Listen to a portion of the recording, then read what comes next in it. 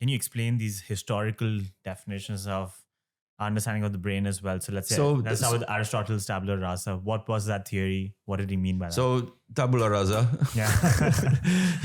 We start with this blank slate and then we put stuff on it. It looks very logical. It had a huge impact, and it had a huge impact on many people. And there is not a single neuroscientist I know who would say, I believe in tabula rasa, because that sounds like a crazy idea today. Yet, most of the experiments that they, and to some extent we design, are framed and thought out within this framework. Moreover, when we interpret our results, it is still in this. Now, why is it so persuasive? And what is the history of it? You can start with Aristotle and everybody else before, and I said folk psychology is probably the right place to start. And they said, well, the reason why we have a soul is because it's so much more noble, so much more superior to the vanishing body that disappears, because time and space are horrible categories. I live only for a few years compared to the universe. I live in this little place compared to the vastness of the universe. I have to explain to somehow give some hope to me and to others that there is something else out there. Otherwise, why am I struggling in this world? So then you said, what is the soul and what is the mind? And then the reason why we have all of this complicated stuff is to learn about the world. And the reason why you have to learn about the world, because this is how your curiosity is decreased. And then knowledge is decreasing that discrepancy, and you will be happier.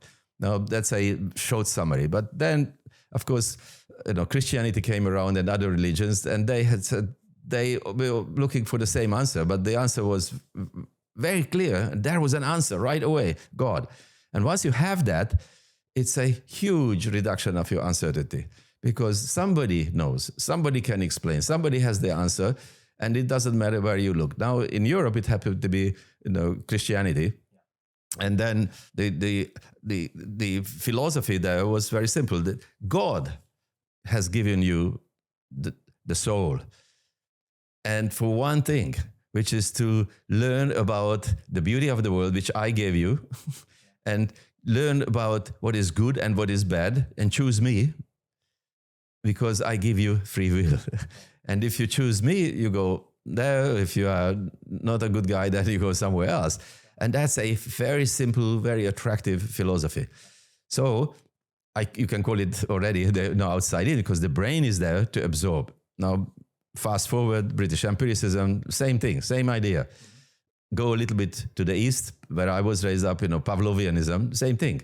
The only goal, not the mind only, now it's the brain, because they were thinking about the brain. William James thought a lot about the brain, and Pavlov thought about the brain, is to absorb knowledge, associate, British associatism, but Pavlovianism is the same philosophy. And then later on, I would go so far as they say Marxism is exactly the same. It was a very convenient philosophical frame, because we, the leaders, the Bolshevik government or whoever are the leaders, or the church, we give you the paradigm, we give you the associations. You don't have to do anything, just learn what we impose on you, and then the actions are secondary.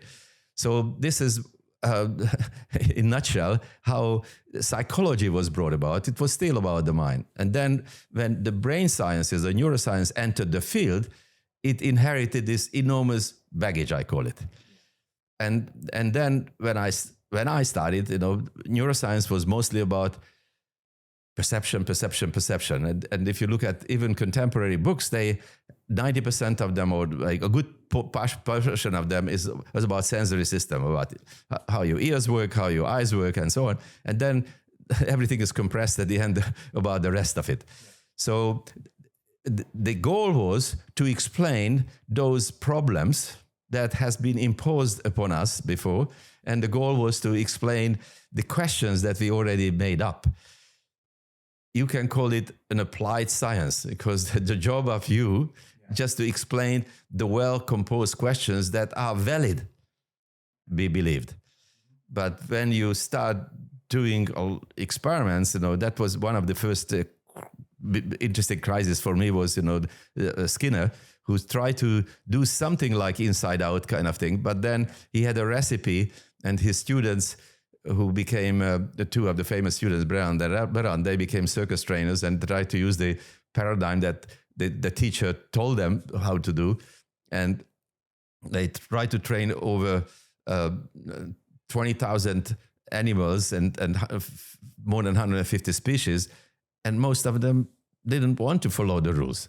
So there was a discrepancy even at the level of behaviorism, at the level of psychology, and especially in brain sciences.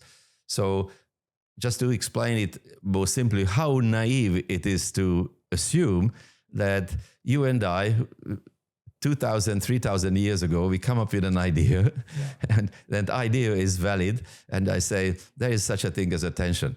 There is such a thing as emotion. There is such a thing as memory. And so now your goal is to find the home for these preconceived words in the brain.